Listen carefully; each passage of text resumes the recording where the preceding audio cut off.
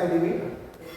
ನಮ್ಮ college New Horizon college of engineering, ಇದು affiliated to Visheshwar Technological University and Autonomous Institute, and we got the NAAC A grade, and all our UG programs are accredited by NBA. ಈ 25 ವರ್ಷದ ಒಂದು ರಜತ ಮಹೋತ್ಸವದ ಅಂಗವಾಗಿ ನಾವು ಈ ಹ್ಯಾಕಥಾನ್ ಮಾಡ್ತಾ ಇದ್ದೀವಿ. ಈ ಹ್ಯಾಕಥಾನ್ ಯಾವ ರೀತಿ ಅಂದರೆ, ಈ ಪ್ರಾಬ್ಲಮ್ ಸ್ಟೇಟ್ಮೆಂಟ್, ಈಗೇನು ಪ್ರೆಸೆಂಟ್ ಏನೇನು ಪ್ರಾಬ್ಲಮ್ ಸ್ಟೇಟ್ಮೆಂಟ್ ಇದೆಯೋ ಅದನ್ನು ನಾವು ಗೌರ್ಮೆಂಟ್ ಆರ್ಗನೈಸೇಷನು ಹಾಗೆಯೇ ಪ್ರೈವೇಟ್ ಆರ್ಗನೈಸೇಷನಿಂದ ನಾವು ಅದನ್ನು ಕಲೆಕ್ಟ್ ಮಾಡಿಕೊಂಡು ಅದನ್ನು ಹುಡುಗರಿಗೆ ನಾವು ಆ ಪ್ರಾಬ್ಲಮ್ ಸ್ಟೇಟ್ಮೆಂಟ್ನ ತಲುಪಿಸ್ತೀವಿ. ಆ ಹುಡುಗರು ಅದಕ್ಕೆ ಒಂದು ಸೊಲ್ಯೂಷನ್ಗಳನ್ನ ತರುವ ಒಂದು ವ್ಯವಸ್ಥೆ ಇದೆ. ಈ ಹ್ಯಾಕಥಾನ್ ಇಲ್ಲಿ ನಾವು ಸ್ಟ್ಯಾಟಿಸ್ಟಿಕ್ಸ್ ಕೊಡೋದಾದರೆ ಟೋಟಲಿ ಅಕ್ರಾಸ್ ಇಂಟರ್ನ್ಯಾಷನಲ್ ಲೆವೆಲ್ ಇದು. ಇದರಲ್ಲಿ 2 ವಿದೇಶಗಳು ಭಾಗವಹಿಸ್ತಾ ಇದ್ದಾವೆ. ಹಾಗೆಯೇ ನಮ್ಮಲ್ಲಿ 10 ಸ್ಟೇಟ್ಗಳು ಇದರಲ್ಲಿ ಭಾಗವಹಿಸ್ತಾ ಇದ್ದಾವೆ. ನಮ್ಮ ಕಾಲೇಜಲ್ಲೇ ಬಂದು ಮಾಡ್ತಾ ಇದ್ದಾರೆ. ಇದರಲ್ಲಿ ಸುಮಾರು 2087 ಟೀಮ್ಸು ರಿಜಿಸ್ಟರ್ ಮಾಡಿದ್ವು. ಅದನ್ನು ನಾವು ಸ್ಕ್ರೂಟನೈಸ್ ಮಾಡಿದಾಗ ಕೊನೆಗೆ ನಮಗೆ 235 ಟೀಮ್ಗಳು ಕ್ಲಿಯರ್ ಆಯಿತು. ಅಂದರೆ ಫಸ್ಟ್ ರೌಂಡಲ್ಲಿ ನಾವೇನು ಮಾಡಿದ್ವಿ, ನಾವು ಏನು ಪ್ರಾಬ್ಲಮ್ ಸ್ಟೇಟ್ಮೆಂಟ್ ಕೊಟ್ಟಿದ್ದು, ಪ್ರಾಬ್ಲಮ್ ಸ್ಟೇಟ್ಮೆಂಟು ಗೌರ್ಮೆಂಟಿಂದ 12 ಇತ್ತು, ಹಾಗೆ ಪ್ರೈವೇಟ್ ಆರ್ಗನೈಸೇಷನಿಂದ 23 ಪ್ರಾಬ್ಲಮ್ ಸ್ಟೇಟ್ಮೆಂಟ್, ಟೋಟಲಿ 35 ಪ್ರಾಬ್ಲಮ್ ಸ್ಟೇಟ್ಮೆಂಟ್ನ 5 ಥೀಮಲ್ಲಿ ಮಾಡಿ ಈ ಹುಡುಗರುಗಳಿಗೆ ನಾವೆಲ್ಲ ಕೊಟ್ಟಾಗ ಆ ಹುಡುಗರು ಅದಕ್ಕೆ ಸೊಲ್ಯೂಷನನ್ನು ಕೊಟ್ಟರು. ಅದನ್ನು ಲೆವೆಲ್ 1ನಲ್ಲಿ, ಅಂದರೆ ಲೆವೆಲ್ 0 ಅಂತ ನಾವು ಕರಿತೀವಿ, ಅದನ್ನು ನಮ್ಮ ಪ್ರಕಾರ ಅದು ಫೇಸ್ 1ನಲ್ಲಿ ಒಟ್ಟು 287ರಲ್ಲಿ 235 ಹುಡುಗರು ಶಾರ್ಟ್ ಲಿಸ್ಟ್ ಟೀಮ್ಸ್. ಇದರಲ್ಲಿ 235 ಟೀಮ್ಸ್ ಅಂದರೆ ಒಂದು ಟೀಮಲ್ಲಿ 5 ಹುಡುಗರಿಂದ 4ರಿಂದ 5. ಅದರಲ್ಲಿ ಒಂದೇನು ಮಾಡಿದ್ದೀವಿ, ಒಂದು ಕಂಡೀಷನ್ ಏನಂದರೆ ಎಲ್ಲ ಟೀಮಲ್ಲೂ ಕನಿಷ್ಠ ಪಕ್ಷ ಒಬ್ಬ ಹುಡುಗಿನಾದರೂ ಇರಬೇಕು ಅಂತ.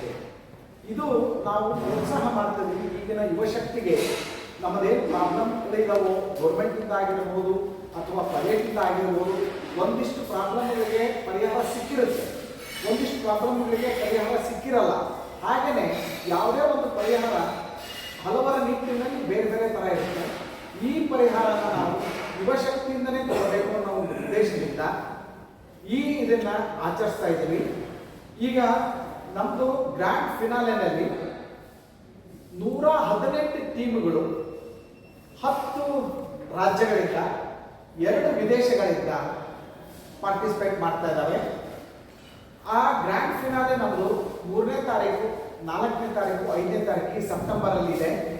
ನಮ್ಮ ಕಾಲೇಜಲ್ಲಿ 3 ದಿವಸ.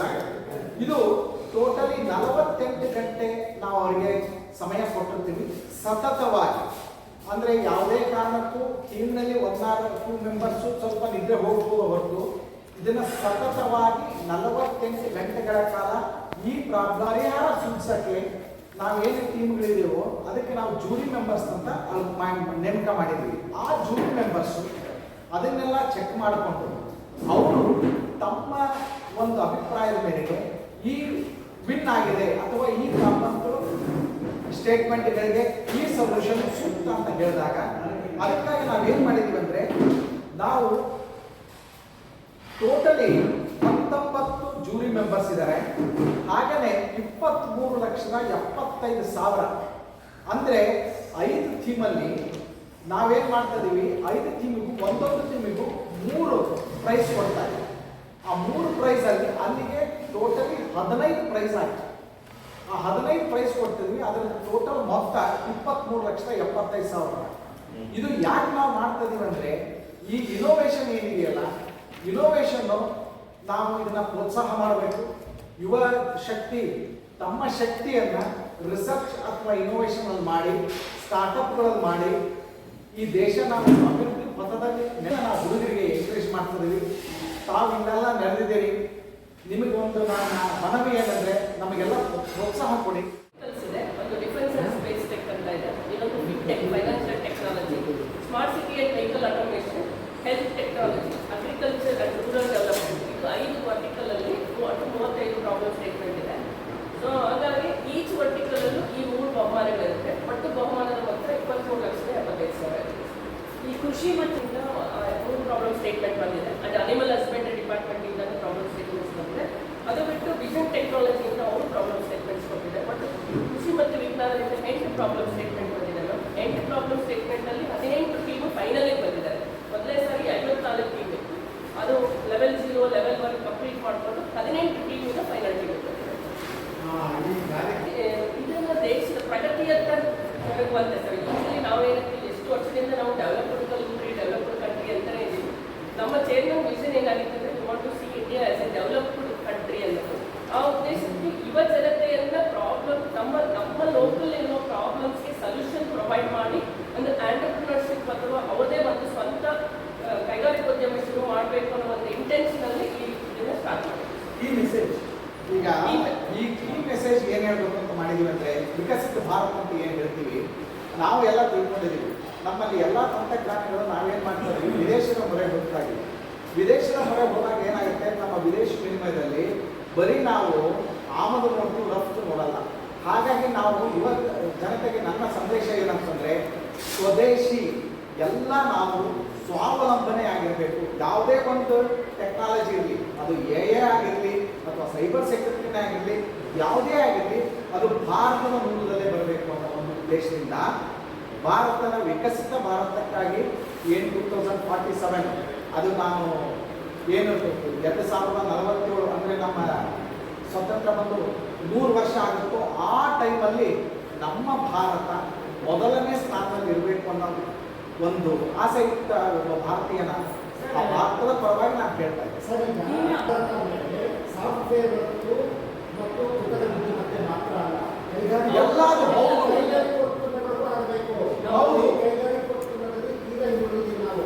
ಹೌದು. ಆ ವಿಷಯದಲ್ಲಿ ಯಾವ ಕಾರ್ಯಕ್ರಮಗಳನ್ನು ಹಾಕ್ತೀವಿ? ಈಗ ಅದರಲ್ಲಿ ನೋಡಿ, ನಾವು ಕಾರ್ಯಕ್ರಮದಲ್ಲಿ ಕೈಗಾರಿಕೆಗೆ ಮೂಲ ಮಾಡೋದಕ್ಕೋಸ್ಕರನೇ ಇದ್ರಲ್ಲಿ ನೋಡಿ ಅಗ್ರಿಕಲ್ಚರ್ ಅಂಡ್ ರೂರಲ್ ಡೆವಲಪ್ಮೆಂಟ್ ಅಂತ ಮಾಡಿದ್ವಿ. ಯಾಕಂದ್ರೆ ನಮಗೂ ನಾವು ಹೇಳಿದ್ದು ನನಗೂ ಅರ್ಥ ಆಗುತ್ತೆ. ಯಾಕಂದ್ರೆ ಭಾರತ ಮೊದಲು ನಮ್ಮ ಸಂಪನ್ಮೂಲ ಯಾವುದಿದೆ, ಅಗ್ರಿಕಲ್ಚರೇ ನಮ್ಮದು ಸಂಪನ್ಮೂಲ, ಅದೇ ನಮ್ಮ ದೊಡ್ಡ ಶಕ್ತಿ. ಆ ಶಕ್ತಿನ ನಾವು ಸದುಪಯೋಗ ಮಾಡಿಕೊಂಡ್ರೆ ನಾವು ಏನಾದರೂ ಸಾಧಿಸ್ಬೋದು. ಹಾಗೆಯೇ ಏನಿದೆ, ಸಾಫ್ಟ್ವೇರಲ್ಲಿ ಮೋಸ್ಟ್ ಆಫ್ ಈಗ ಆಲ್ರೆಡಿ ನಾವು ಒಂದು ಲೆವೆಲಿಗೆ ಬಂದಿದ್ದೀವಿ. ಹಾರ್ಡ್ವೇರಲ್ಲಿ ಅದರಲ್ಲೂ ನಾವೇನು ಮಾಡಿದ್ದೀವಿ, ಇನ್ನು ನಮ್ಮ ಕಾಲೇಜಲ್ಲೂ ಸದ್ಗುರು ಒಂದು ಐಡಿಯಾ ಲ್ಯಾಬ್ ಅಂತ ಮಾಡಿದ್ದೀವಿ. ಐಡಿಯಾ ಲ್ಯಾಬ್ ಅಂತಂದರೆ AICTE ನಮಗೆ ಒಂದು 30 ಲಕ್ಷ ಬಂದಿತ್ತು. ನಾವು ಅದಕ್ಕೊಂದು 60 ಲಕ್ಷ ಹಾಕಿ 1 ಕೋಟಿ ವೆಚ್ಚದಲ್ಲಿ ಐಡಿಯಾ ಲ್ಯಾಬ್ ಅಂತ ಮಾಡಿದ್ದೀವಿ. ಅಂದರೆ ನಾವು ಹುಡುಗರಿಗೆ ಏನು ಮಾಡ್ತೀವಿ ಅಂದರೆ, ಐಡಿಯಾ ಕನ್ವರ್ಟ್ ಇಂಟು ಪ್ರೋಟೋಟೈಪ್. ಅಂದರೆ ಅವ್ರು ಏನು ಐಡಿಯಾ ಇದೆಯೋ ಅದನ್ನು ಕನ್ವರ್ಟ್ ಮಾಡಿಕೊಂಡು ಒಂದು ಪ್ರೋಟೋಟೈಪ್ ಮಾಡ್ತಾರೆ. ಆ ಮಾಡೆಲ್ ಮಾಡಿ ಅದನ್ನು ನಮ್ಮಲ್ಲಿ ಮ್ಯಾನುಫ್ಯಾಕ್ಚರ್ ಮಾಡಬೇಕು ಅನ್ನೋ ಉದ್ದೇಶ. ಒಂದು ಎಕರೆಗೆ 30,000 ಮಾಡಿ ಅದಕ್ಕೆ ಗೌರ್ಮೆಂಟಿಂದ 15 ಲಕ್ಷ ನಮಗೆ ಫಂಡಿಂಗು ಬಂದಿದೆ. ಸೊ ಅದೇ ಒಂದು ಪ್ರೋತ್ಸಾಹದಿಂದ ಈ ಹ್ಯಾಕಥಾನಲ್ಲಿ ಅಗ್ರಿಕಲ್ಚರ್ ಮತ್ತು ರೂರಲ್ ಡೆವಲಪ್ಮೆಂಟ್ ನಾವು ಆ್ಯಡ್ ಮಾಡಿದ್ವಿ. ಟೊಮೆಟೊ ಬೆಳೆಸಬೇಕು ಅಂತಿದ್ರೆ ಅದ್ರ ಪ್ರಕಾರ ಟೆಂಪ್ರೇಚರು, ನೀರು ಎಷ್ಟು ಬೇಕು, ನೀವು ಈಗ ಎನಿ ವೆದರ್ ಇಲ್ಲಿ ಬೆಂಗಳೂರಲ್ಲಿ ಕೂಡ ಆ್ಯಪಲ್ ಬೆಳೆಸಬೇಕು ಅಂತಂದರೆ ಅದಕ್ಕೆ ಟೆಂಪ್ರೇಚರ್ ರೆಡಿ ಮಾಡುತ್ತೆ. 5 ಡಿಗ್ರೀಸ್ ತಗೊಂಡ್ಬರುತ್ತೆ. ಅದಕ್ಕೆ ಎಷ್ಟು ನೀರು ಬೇಕು, ಅದಕ್ಕೆ ಎಷ್ಟು ಫರ್ಟಿಲೈಸರ್ ಬೇಕು, ಅದೇ ಡಿಸೈಡ್ ಮಾಡಿ AI ಯೂಸ್ ಮಾಡಿಕೊಂಡು ಹುಡುಗರೇ ಪೂರ್ತಿ ಮಾಡಿರೋದೆಲ್ಲ ಹುಡುಗರೇ. ಇದರಲ್ಲಿ ಫ್ಯಾಕಲ್ಟಿಗೆ ಏನೂ ಇದಿಲ್ಲ. ಪೂರ್ತಿ ಹುಡುಗರೇ ಐಡಿಯಾ ಮಾಡಿ ಅವರೇ ಫಂಡಿಂಗ್ ಬಂದು ಹುಡುಗರೇ ತಗೊಂಡಿರೋದು 15 ಲಕ್ಷ ರೂಪಾಯಿ ಕೊಟ್ಟಿದ್ದಾರೆ ಮಿನಿಸ್ಟ್ರಿ ಆಫ್ MSME ಇಂದ ಈ ಪ್ರಾಜೆಕ್ಟ್. 15 ಲಕ್ಷ ಕೊಟ್ಟಿದ್ದಾರೆ. ಈಗ ಪೇಟೆಂಟ್ ಮಾಡೋದಕ್ಕೆ ಏನಾದರೂ ಇನ್ಸ್ಟಿಟ್ಯೂಷನ್ ಆಮೇಲೆ ಪೇಟೆಂಟ್ ಏನೇನು ಖರ್ಚು ಬರುತ್ತೋ ಅದು ಪೂರ್ತಿ ಇನ್ಸ್ಟಿಟ್ಯೂಷನ್ ಬೇರೆ ಮಾಡ್ತಾರೆ. ಅಂತ ಹೇಳಿ ಆಟೋಮೊಬೈಲ್ ವೆಹಿಕಲ್ ಬೆನ್ಸ್ ಕಾರ್ ಅವರ ಅಸೋಸಿಯೇಟ್ 5% ಬರ್ತಾ ಇದ್ದಾರೆ. ಅವ್ರಿಗೂ ನಾವು ಪ್ರೋತ್ಸಾಹ ಮಾಡಿ ಸ್ಟೂಡೆಂಟ್ಸ್ ಅಂತ ಹೇಳ್ತಾರೆ.